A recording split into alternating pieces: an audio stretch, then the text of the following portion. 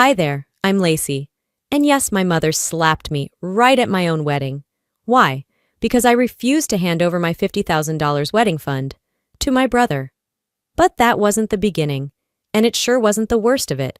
They faked emails, spread rumors, even tried to destroy my job, my relationship, everything. I kept asking myself, how far will your own family go to break you, just to protect the one who keeps failing? And when the truth finally hit me, it wasn't just betrayal, it was a lifetime of being the backup plan. The breeze carried the scent of lavender and freshly turned soil as I stepped onto the cobbled patio of the vineyard. Strings of warm lights hung above us like stars pinned in place, casting a golden hue over the rustic tables and rows of guests holding glasses of wine. Everything about that afternoon had felt surreal. The flowers, the laughter, the way Dorian looked at me like I was the only woman in the world. I'd always imagined my engagement party would be intimate, sweet, maybe even a little chaotic with all the family personalities in one place. But I never imagined it would be the moment everything started unraveling. Dorian was across the patio, talking to my cousin Drew near the bar. He looked effortlessly put together, sleeves rolled up, glass in hand, smiling at something Drew had just said. I smiled too, watching him. He made me feel safe, real. Like this life we were building together had solid ground beneath it. My mother, Wanda, was making the rounds. She wore her usual pastel suit, the kind that screamed Southern matriarch with something to prove, and carried a smile that had fooled strangers for decades. My father, Marvin, stood nearby as her silent shadow, present, but never interfering. I had barely finished my sparkling water when I heard the clinking of a spoon against glass. Wanda stood near the center of the gathering, a wineglass raised delicately in her left hand. "Can I have everyone's attention for a moment?" she asked sweetly, but her tone carried the weight of something more. The crowd quieted. Dorian stepped back toward me. I straightened my spine. "I just want to say how proud Marvin and I are of our daughter," she began, gesturing toward me. "Lacey, you've grown into a thoughtful, accomplished woman. Dorian, we're thrilled to welcome you into the family." A warm round of applause followed. A few people tapped their glasses for a kiss, which Dorian and I obliged with a small chuckle. But then Wanda raised her hand again. "And, while we're on the topic of weddings," she continued, her voice taking on a slightly different texture, "there's something important we've been thinking about as a family." My heart sank, just a hair. I didn't know what was coming, but the way she looked at me made my palms cold. "As you all know," she said, "Lacey has had a $50,000 fund set aside for her wedding since she was 17, a gift from Marvin and me." People nodded. I caught a few raised eyebrows. "But Kendrick's getting married next year too," she added, shifting the direction of the spotlight with expert ease. "And unlike Lacey, he's had some real setbacks. School debt, business troubles. Life hasn't exactly been kind." She paused, then smiled, a smile too polished to be sincere. "So, Marvin and I have decided to redistribute the wedding fund. To make things fair, Kendrick will receive half." The clapping stopped. You could hear the wine settling in the glasses. I didn't move at first. I didn't even blink. I looked at her. Then at Kendrick, who stood a few feet away, trying to look modest but failing miserably behind that smug little smirk he always wore when he got his way. I took a slow breath, then spoke clearly enough for everyone to hear. "No." Some people chuckled nervously, thinking maybe I was playing along. But I wasn't. "My wedding fund is mine. You gave it to me when I was 17. I've planned responsibly. I've never asked for more. I'm not sharing it." Wanda's smile tightened. Marvin, of course, said nothing. Kendrick made a dramatic shrug, like, "What's the big deal?" Wanda stepped forward, wineglass still in hand. "We thought you'd be more understanding," she said, her voice dropping low enough for only those nearest to hear. "You always had more than him. You should know when it's time to give back." "Sharing isn't the same as being robbed," I said, keeping my voice level. "Especially when it's disguised as generosity." Her jaw clenched slightly. Then she smiled again, this time as if warning me with her teeth. After a few murmurs and awkward coughs, the crowd slowly returned to conversation. But the energy had shifted. The celebration had thinned. Later, after the toast, I found myself near the pergola at the edge of the venue. The vines curled around the beams, their new green shoots reaching toward the sky like they hadn't just been scorched by my mother's brand of affection. Wanda found me again, this time alone. "You should think about postponing the wedding," she said softly but not kindly, "until we sort all this out as a family." "Postpone it?" I blinked. "Because Kendrick's broke?" "Because it would show maturity. Grace, character." "I've already shown character. I budgeted, I saved. I didn't blow mine on bad investments and rented Instagram models." Her nostrils flared, but she didn't lose composure. "You're acting like this day is only about you." I let out a short laugh. "That's because it is, Mom. It's my engagement party. Or at least it was." Out of the corner of my eye, I saw Kendrick watching us. He raised a glass as if to say cheers, then turned back to schmooze a few cousins. I didn't have to say another word. I walked past my mother and back into the crowd, though I felt like I was walking into a battlefield instead of a celebration. The rest of the night passed in a haze. I smiled where I needed to, nodded through conversations, posed for photos I never wanted to look at again. By the time we got home, I was drained. I sat on the edge of our bed, pulled out my wedding planning journal, and opened it to a fresh page. Nothing came. Not a single idea. Not a venue note or budget tweak or timeline revision. I stared at the page, then shut the book. This wasn't how it was supposed to feel. "This is my wedding," I whispered to the dark room, "but it already feels like a hostage negotiation." Morning light slipped through the curtains, landing in stripes across the end of our bed. I hadn't slept well. The weight of the previous evening pressed down on me like a second blanket. Thick, suffocating. The silence in the room wasn't peaceful. It was loaded. I lay there for a few more minutes, eyes open, staring at the ceiling fan as it rotated slowly overhead. Dorian stirred beside me, already halfway to sitting up. "You okay?" he asked gently, voice still gravelly with sleep. "I'm fine," I lied. "Just tired." He didn't push. He rarely did when he sensed I needed space. That's one of the things I appreciated most about him. He wasn't a fixer. He was a listener. And sometimes that's more powerful. I shuffled out of bed and padded to the kitchen. The scent of coffee was already brewing, rich and grounding. He had started it for me, a small act of love, but this morning it felt monumental. As I poured my cup, my phone buzzed on the counter. Then again, and again. The first was from my Aunt Monica. "He's your brother, Lacey. You know what he's been through. Maybe it's time to think bigger than just yourself." Then a message from a cousin I barely spoke to. "Wow, cold move at your party. Family comes first, remember?" And another, this one from someone I didn't even recognize right away. "He would have done it for you. Don't let money break the family." I set the phone down and pushed my cup away, appetite gone. I hadn't even posted anything, not a word. But the group chats and family texts were buzzing like a hive, and I was the wasp they'd decided to swat. Dorian stepped into the kitchen, handed me a slice of toast I hadn't asked for. "Wanda's working the phones, huh?" he asked. I nodded slowly. "She doesn't waste time." He leaned against the counter. "Let me guess. Kendrick's the underdog, you're the villain." "I guess that makes you the enabler," I said, trying to smile, but my lips barely cooperated. 2 days passed with little relief. I tried to distract myself, work, planning, laundry, even alphabetizing the spice rack. Nothing worked. The silence between me and my family had only deepened, except for the noise they were generating behind my back. On the third morning, I had an appointment at a boutique downtown to try on a dress I'd secretly loved more than the one I'd already chosen. It was quieter than the others, tucked in an old brick building with soft lighting and polished wood floors. A place that made you feel like you were about to say yes to more than just a gown. I slipped into the ivory dress, lace wrapping around my shoulders like a whisper. As I turned in front of the mirror, admiring the silhouette, the assistant knocked gently on the dressing room door. "Miss Gellner?" she said. "There's a woman here asking for you. She says she's your mother, said it's urgent." My breath caught for half a second.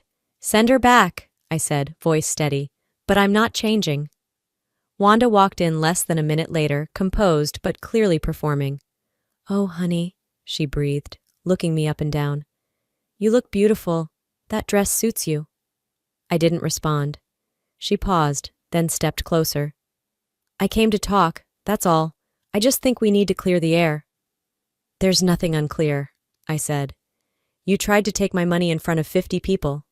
She winced. You always make things sound worse than they are. Before I could respond, her face changed. Her hand moved to her chest. She wobbled slightly. Mom? She staggered back, clutching her chest dramatically, eyes fluttering. I can't breathe. One of the assistants rushed in, calling for help. Another grabbed a chair. Wanda let herself fall into it, gasping. Call 911, she whispered. Please. I didn't move. I just watched, cold rising in my stomach. Paramedics arrived within minutes. They checked her vitals, ran through questions. One of them turned to me. She's stable, heart rate's fine, no signs of arrhythmia. She might be under stress. She always is, I muttered. They left soon after. Wanda insisted she didn't need to go to the hospital, just needed to sit a while. When the staff cleared out, I leaned in and whispered low. You staged that. Her eyes flicked up, lips barely parting. I don't know what you're talking about. Don't insult my intelligence. She stood slowly. You used to care when I was hurting. I used to believe it was real. She smoothed her jacket and walked out of the boutique without another word. I stayed behind, numb. The assistant offered me a glass of water, which I accepted, still dressed in that once perfect gown. That evening I received a call from the boutique manager. Hi, Lacey, she said carefully. Just wanted to confirm. Did you want to cancel your fittings and transfer your deposit? I blinked. What? No, I never said that. Oh, well, someone claiming to be your mother made the request right after the ambulance left. We thought it was strange but didn't want to overstep. She paused. She also suggested your stress level made you unfit to finalize anything right now. I felt the sting like a slap across the face. She had no right, I said. Please reinstate everything, and if she contacts you again, call me first, always. Of course, she said gently. You're our bride. Only you. After hanging up, I dropped my phone on the couch and sat still for a long time. I didn't cry. Not yet. That night, I pulled an old photo out from the back of my desk drawer. Me and Kendrick, maybe 16 and 14. His arm looped around my shoulder, both of us smiling into the camera. But even then, my smile had never quite reached my eyes. I set the photo down gently on the edge of my desk, letting my fingers linger just a second longer than necessary. There was a time, brief, blurry, when I believed Kendrick and I could have been close. But looking at that photo now, all I could think about was how long I'd been told to pretend. It was just past 10 p.m., and Dorian had already gone to bed. I stayed in the office, surrounded by old boxes we hadn't yet unpacked since moving into our townhouse. Somewhere in one of them, I remembered, were the original bank documents, the ones that showed when the wedding fund had been created. I dug them out. The pages were yellowing at the edges, but the ink was clear. 2 custodial accounts. One for Kendrick. One for me. Set up when I was 17 and he was 15. Same starting balance, same terms. But only one of us had something left. I sat on the floor, the weight of that realization heavier now than it had been then. I remembered the way my parents used to say, "It's yours to use wisely when the time comes." I took that to heart. I chose a state university, worked part-time, earned scholarships. I spent modestly. I planned. Kendrick didn't.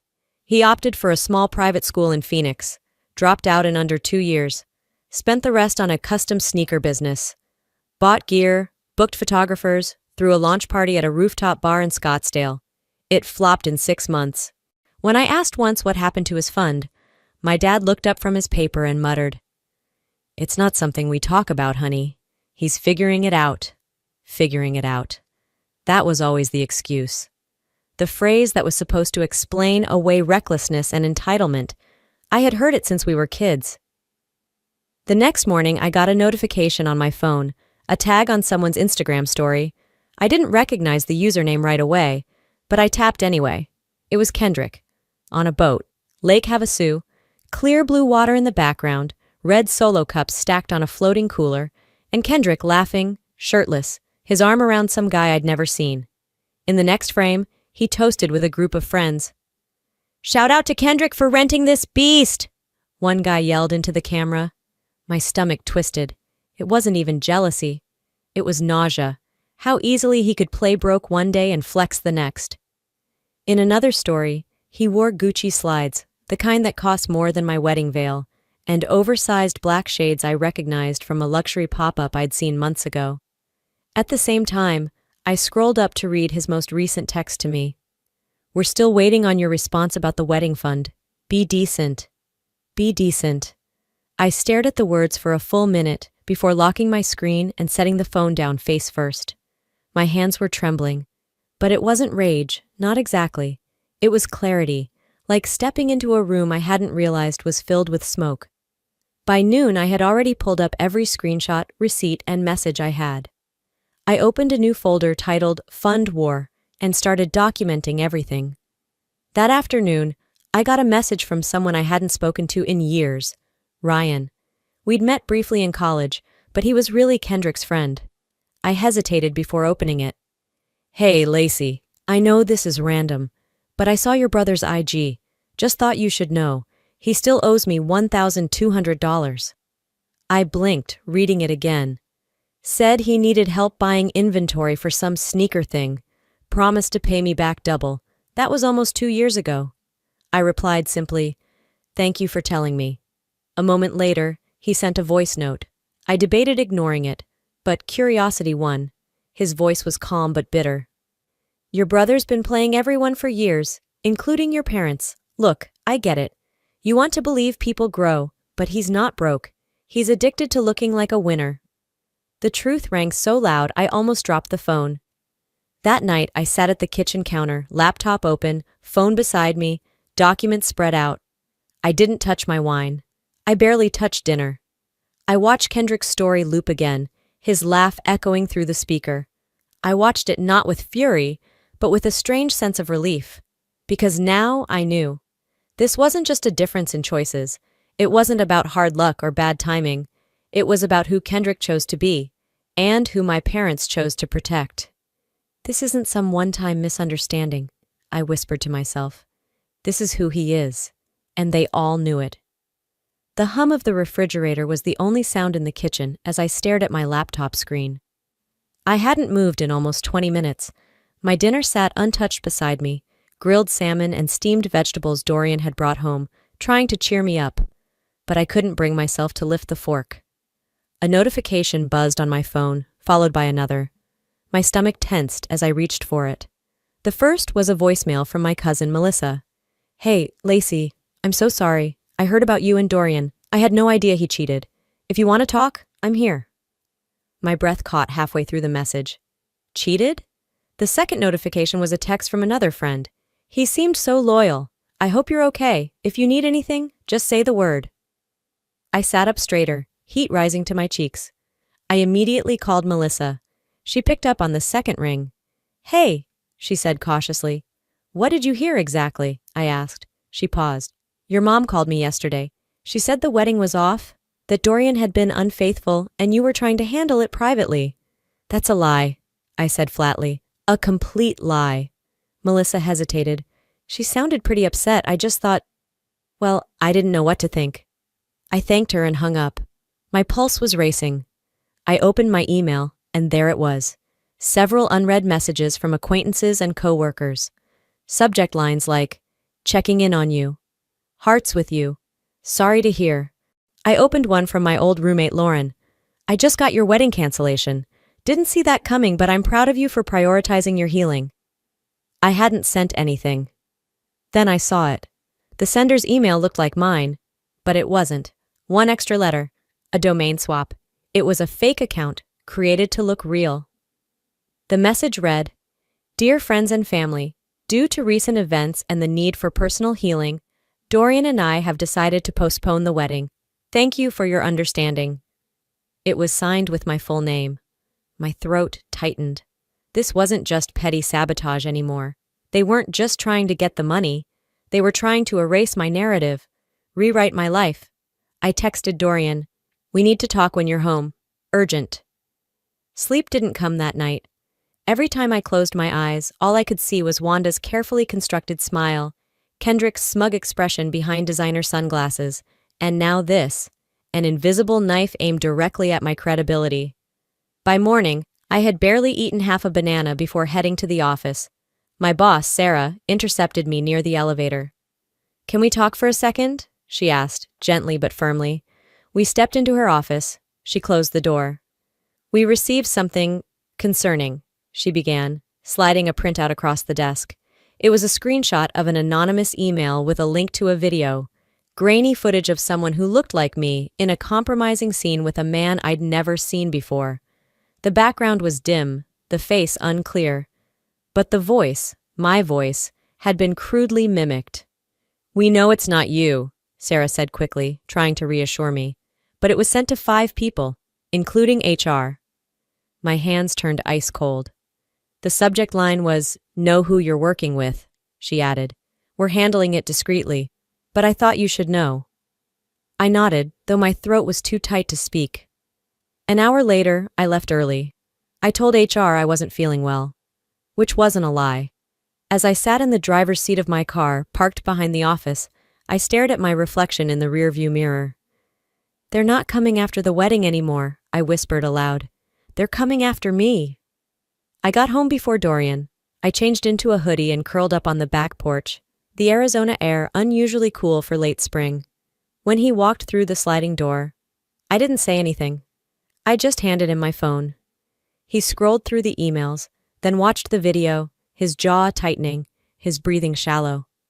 "This is," he started, then stopped. "This is criminal." "Do you believe me?" I asked, quieter than I meant to. "I never stopped," he replied. He set the phone down, pulled me into his chest, and held me there until the shaking in my hands stopped. For a while, we didn't speak. "They want to ruin me before I even get to the altar," I said finally. But the moment the words left my lips, something inside me shifted. I was done playing nice. I was done hoping someone else would fix it. If they wanted a war, they were about to learn what I looked like in armor. The next morning began quiet, too quiet. Dorian had already left for work, and the house felt unusually still. I stood in the kitchen, hands wrapped around a cup of coffee that had gone cold 15 minutes ago. I didn't move. I just stared out the window, watching a hummingbird hover near the patio feeder, fluttering, restless, trying to hold still, the same way I felt inside. I picked up my phone and opened my contact list. My thumb hovered over Kendrick's name. I hadn't spoken to him directly in months, not since before the engagement party. Every fight, every manipulation had filtered through my parents. But that day, something shifted. I wasn't going to wait for someone else to protect me anymore. I was done being polite. I pressed call. It rang 4 times, then voicemail. I didn't hang up. I took a breath and said, "If you want to be a man, Kendrick, pick up your phone." Then I ended the call and waited. An hour later, my phone lit up. He was calling. I picked up and said nothing. "What's up, big sis?" he said, all faux charm. "Missed me?" I kept my voice even. "I know about the fake email, the video, the deepfake, the messages you or someone close to you sent to my coworkers. I know everything." He laughed, short, sharp. "You think I have time to create fake videos? You're giving me a little too much credit." "Don't lie, Kendrick. I've already talked to people. You were sloppy." "What people?" "Alicia, ring a bell?" I asked. She said you did the same thing to her. Fake messages, threats, tried to ruin her reputation when she dumped you. He went silent. A long pause followed. I didn't wait for him to speak. "I've got the video files, IP logs, screenshots. I forwarded everything to my lawyer. If you thought you could play me like one of your frat buddies, you chose the wrong target." Still, he said nothing. I lowered my voice. "Next time you try to ruin someone, Kendrick, pick a target who's dumber than you." Then I hung up. I didn't feel triumphant. I didn't feel angry. I felt like I'd finally stood up in a room full of people who'd spent years telling me to sit down. I turned to my laptop and opened a new email. This time it was for Wanda and Marvin. No CC, no emotional preamble. Just facts. Subject, final notice. If either of you contacts anyone in my life again, co-workers, friends, extended family, I will pursue legal action. I have the recordings, the digital trail, the witnesses. You get one chance to stop. Use it wisely. I hit send. No hesitation, no tremble in my fingers. The reply never came, but the silence, it was deafening and revealing. I forwarded the email to Kaylin, my attorney. Within minutes, she replied, "That was strong. You're protecting your life, not just your money." She was right. I wasn't just safeguarding a wedding or a bank account. I was reclaiming my dignity, my narrative, my peace. Later that week, Dorian and I met with our wedding planner, Jocelyn. Her studio smelled like eucalyptus and paper. The whiteboards were filled with seating charts and flower combinations, but we didn't waste time on aesthetics. "Cut Kendrick, Wanda, and Marvin from the guest list," I told her. She blinked. "All of them?" "No backdoor access, not even the parking lot, I'm serious." She nodded, scribbling notes. "We'll inform security. Want me to circulate photos to the team?" "Yes," I said. "Circulate everything." Dorian added calmly, "If they show up, escort them out immediately. No second chances." Jocelyn hesitated again. "Are you absolutely sure?" I met her eyes. "If they come near me again, they'll regret it." We finalized everything. The new entrance list, security arrangements, code words for staff. As we wrapped up, I glanced down at my wedding binder. The glossy cover reflected my face, stern, clear-eyed, and so far from the daughter my parents once molded. "They've mistaken my silence for submission," I said quietly. Dorian placed his hand over mine. "Not anymore." I looked at the schedule, the RSVP list, the caterer details. No fear, no guilt, no doubt. They'll see who I really am. The following Monday started like any other. I was in the middle of reviewing a vendor invoice when my phone buzzed on the desk. It was Dorian, not a text, a call. I answered immediately. "Everything okay?" He didn't respond right away. Then, "You need to come to my office. Now." His tone wasn't sharp. It wasn't panicked. It was cold, like something had been drained from him. I stood up, grabbed my keys, and was in the car within minutes. His office wasn't far, just 15 minutes across town. But every red light felt like an hour. When I arrived, he met me at the front lobby. He looked calm on the surface, but I saw it in his eyes. Something had cracked. He handed me a manila envelope, already opened. "It came addressed to you. Here." Inside were 5 printed stills, screenshots from the fake video Kendrick had circulated. Grainy, low res, but enough to trigger suspicion in anyone not looking closely. And on top of them, a handwritten note. "Are you sure she's the one?" I stared at the paper like it might catch fire in my hands. "Who opened it?" I asked. My manager saw it first. It was dropped off by courier before I got in. Humiliation didn't even register. Not anymore. It had evolved. What I felt now wasn't shame. It was rage, pure, blistering rage. "They're not just trying to humiliate me," I said slowly. "This is warfare, psychological warfare." Dorian nodded. "I told my manager the whole story. They believe us. But this is insane." "No," I corrected. "This is criminal." I left Dorian's office without saying much more. I needed space to think, to plan. By the time I got home, I was already dialing Kaylin Voss. She answered after 2 rings. "I've got something new," I said, pacing the living room floor. It was sent directly to Dorian's office, with a note. "Good," she replied. "That's enough. We'll escalate." We filed the paperwork that same day. A formal cease and desist to Kendrick Gellner, included in it civil harassment language, digital stalking reference, and potential defamation charges, all legal tools locked and loaded. "He'll laugh at first," Kaylin said, scanning the draft. "But he won't laugh when a court summons shows up in his inbox." "I don't care if he laughs," I said. "I care that it ends." We started organizing a timeline. Every email, every fake message, every printed threat. I built a digital file, labeled each entry, attached screenshots, audio, metadata logs. "If this goes public," I told Kaylin, "we do it on our terms. Full story, full context." "Truth with receipts is bulletproof," she said. It was the first thing anyone had said to me in days that made me smile. That night I sat alone on the patio, phone in hand. My thumb hovered over a number I hadn't called in weeks, my father's. After a moment of hesitation, I tapped call. He answered on the second ring. "Hi, sweetheart." His voice was softer than I remembered, hesitant. I need to ask you something, I said. Why are you letting this happen? A pause. I didn't think it would go this far, he said eventually. It already has. It's beyond far. They tried to get me fired. They sent garbage to Dorian's job. He sighed. Your mother's just trying to protect Kendrick. No, she's not. She's trying to silence me to protect herself from admitting what she's enabled. I held my breath. You raised me better than this. And yet, here we are. He said nothing. I still love you, I said softly. But I love myself more now. And I ended the call. I didn't cry. I didn't second guess it. I just sat there for a while, watching the last rays of sunset slip behind the trees. Later that evening, as I was brushing my hair in the hallway mirror, a message popped up on my phone. It was from Jolene, my cousin who had always floated on the edge of family drama, never fully in, but never fully out. Her text read, Your mom was spotted at the venue this afternoon. She was asking for the wedding schedule. Staff said she asked about delivery times. I think something's coming. I lowered the phone slowly.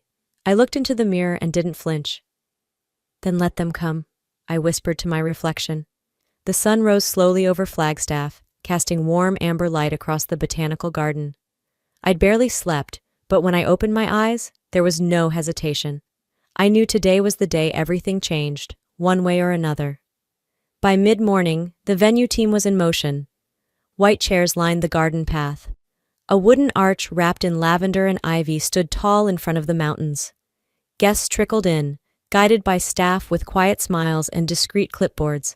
In the bridal suite, I sat still as my stylist pinned the last curl in place. I watched my reflection, not for beauty, but for steel. There were no nerves, just focus. Outside, Dorian stood under the arch, his navy suit crisp, his eyes sweeping the crowd.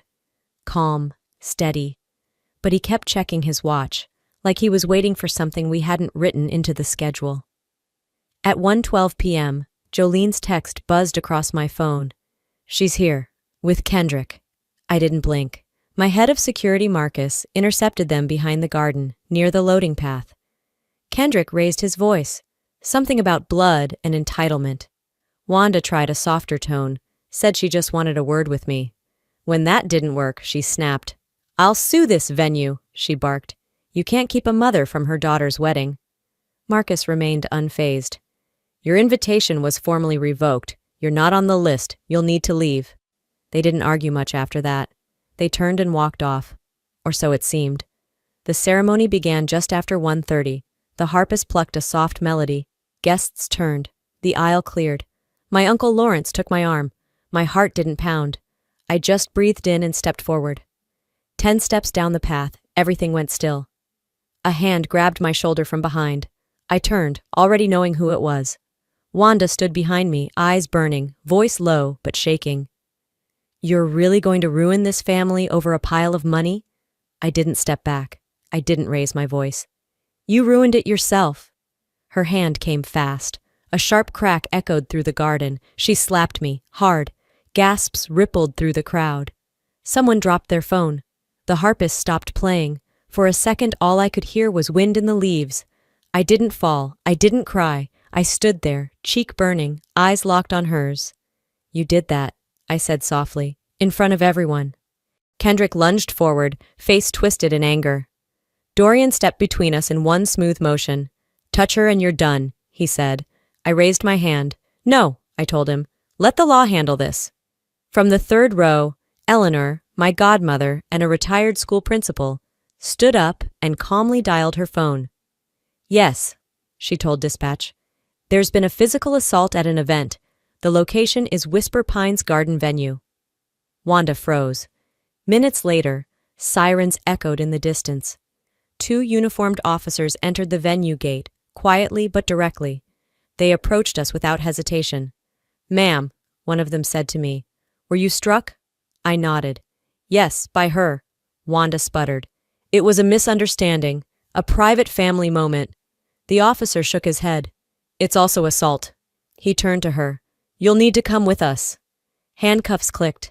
Guests whispered. Some recorded. Most just stared in stunned silence. As they led her away, I stood unmoving in the middle of the aisle. Dorian stepped beside me, his palm slipping into mine. You want to stop? He asked gently. I looked around, at the stunned faces, the quiet horror, and I shook my head. No, this is our day, let's finish it. The efficient, eyes wide but calm, nodded. Then we begin again. We did. We said our vows with voices that trembled but never wavered. And when we kissed, the applause wasn't polite. It was thunderous, triumphant. Not because it was a wedding, because it was a victory. As the cheers faded and we turned to face our guests, I glanced toward the back gate. The path was empty now, and for the first time in weeks, I smiled like I meant it. We weren't broken, just rebuilt. The morning after the wedding felt like waking up on the other side of a war. The air outside was crisp and unusually quiet, as if even the wind had decided to give us space to breathe. I wrapped myself in Dorian's flannel robe and stepped out onto the balcony of our small Flagstaff apartment. Steam rose from my mug as I sipped coffee, watching the sun stretch over the pine trees. We hadn't unpacked the gifts. The decorations were still half boxed in the living room, but none of it mattered. I was finally married, and I was finally free. But peace doesn't last long when your past refuses to let go. 3 days after the ceremony, Jolene called while I was grocery shopping. I thought you should know, she said, lowering her voice. Your brother's wedding is being planned at the Ridge. I nearly dropped the lemon in my hand. The Ridge was the most expensive resort in northern Arizona. Private chefs, helicopter photo ops, a spa that charged more per hour than I made in a day when I first started working. I'm guessing he didn't fund it with sneaker sales, I muttered. Jolene hesitated. Word is, your parents took out a personal loan. Big one. I didn't reply. I just stared at the checkout line, the woman ahead of me flipping through coupons while her toddler tugged at a balloon. The contrast made me feel sick. That night, I got a text from my father. Just 4 words. Sorry it went that far. No explanation, no apology, just a limp attempt at cleanup. I didn't reply. Instead, I opened my phone's settings and blocked both his number and my mother's. From now on, they could speak to my lawyer, not me. The next blow came subtly but loud. Aunt Corinne posted on Facebook. There comes a time when protecting someone's failure costs you someone who's always been good. No names, no tags. But everyone knew what it meant. More relatives started declining Kendrick's invitation. Some made excuses. Others were blunt. He's not the man I thought he was. After what they did to Lacey? No thanks. The narrative my parents had tried to control, the loyal family, the good son, the difficult daughter, it collapsed under its own weight. I didn't feel vindicated. I didn't feel smug. I felt done. They didn't lose me, I told Dorian that weekend. They threw me away. We had taken a short trip to Sedona, 2 hours away. Just us. No phones, no email, no wedding drama, just space. We stood together on a red rock overlook at sunset. The wind tugged at my hair. My fingers locked in his. I'm changing my name, I said. To what? He asked gently. Back to my mother's maiden name, from before she stopped being someone I recognized. He nodded. I'll support whatever helps you feel whole. That night, we stayed in a cabin with no Wi-Fi. I journaled. Dorian read a book by the fireplace. For once, the silence didn't feel like tension. It felt like air. The next morning, over breakfast, I brought up the wedding fund. There's about $6,000 left after the down payment, I said. I don't want it sitting there. He raised an eyebrow. What do you want to do with it? There's a nonprofit in Prescott that helps women separate from abusive families. Legal advice, housing, counseling. I want to donate it. He blinked, then smiled. Turning the damage into purpose. I nodded. Exactly. Let it end with good. When we got home, I opened my inbox for the first time in days. One email stood out. Subject, please talk to me. I miss you. Sender, Marvin Gellner. I stared at it. My heart didn't clench. My hands didn't tremble. I just closed the laptop. Letting go doesn't mean I wish them pain.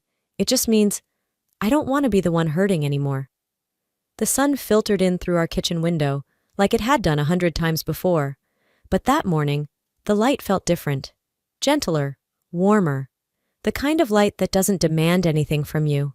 Just quietly says, You made it. Dorian stood at the stove, flipping pancakes, humming something off-key. I leaned against the door frame in an oversized hoodie, barefoot, coffee in hand.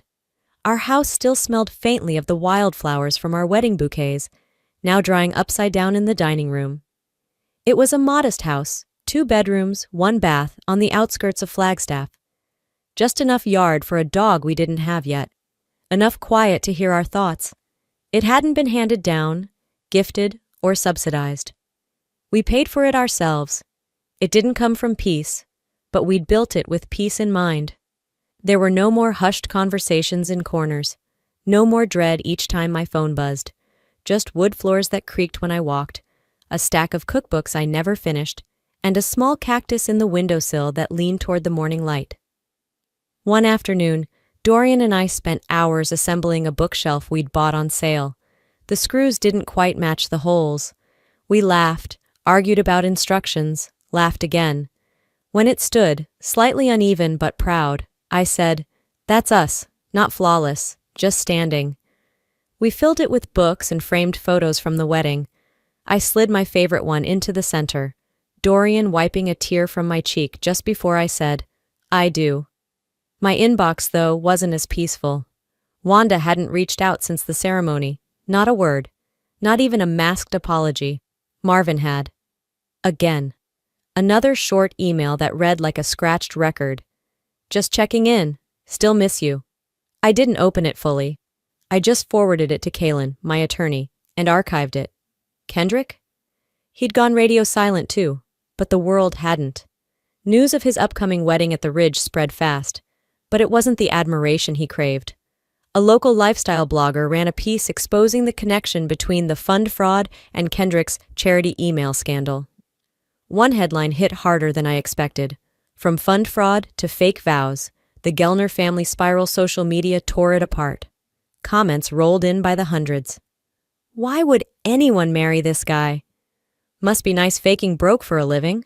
I didn't gloat. I didn't share. I just closed the tab and went back to watering the succulents near the kitchen sink. One day, while journaling, I wrote something that surprised me. Family isn't who shares your name, it's who guards your soul. I read it twice before underlining it.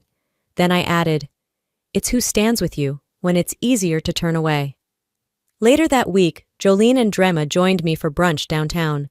We ordered mimosas and laughed until our cheeks hurt. When the bill came, Drema slid it over without a word and paid. She winked. "I'm investing in your next beginning." Dorian surprised me that night. As I came into the bedroom, there it was, a framed print of our wedding vows hanging just above our bed. He'd highlighted one line, "Love doesn't keep score, but it knows when to walk away." I touched the glass and whispered, "Thank you." Not for the frame, for never making me feel like I was too much or not enough. We weren't broken, just rebuilt. The next morning, we drove out to the local shelter, Hope Circle. They'd helped a woman I once mentored get away from an emotionally abusive family situation. That stuck with me. We'd agreed to donate the remaining $6,000 from our wedding fund. Inside the modest building, a counselor greeted us with warm hands and kind eyes. "I can't tell you how much this will help," she said, voice thick with gratitude. "Would you like to leave a message with the donation?" I thought for a moment.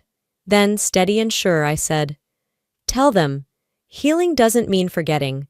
It means remembering who you are, without apology." She nodded, and I felt something in my chest, like a knot finally loosening. As we walked back to the car, Dorian squeezed my hand. "No regrets?" he asked. I smiled. "Only one," I said, "that I didn't let go sooner." Before we end, I want to leave you with this, not as a victim, but as someone who found her voice in the noise. If there's one thing this experience taught me, it's this. You don't owe loyalty to pain just because it shares your last name. Family is not who demands from you, manipulates you, or punishes you for choosing yourself. Family is who honors your peace, even when it costs them their pride. And choosing peace, no matter how late, is never weakness. It's wisdom. I share my story not to reopen old wounds, but to help someone else close theirs. So if you're watching this and you're in a space where your boundaries are being dismissed, where love comes with guilt, or where silence feels safer than truth. I hope this reminds you. You're not crazy and you're not alone. Let me ask you something. Have you ever had to walk away from someone you were told you had to love? What did that decision teach you? Or maybe you're still in that place now, wondering if it's okay to let go. Tell me where you're watching from and drop a 1 inch in the comments if this story touched something real in you. I read everyone. And hey, if this story moved you, helped you reflect, or simply reminded you that healing is possible, please don't forget to hit that subscribe button.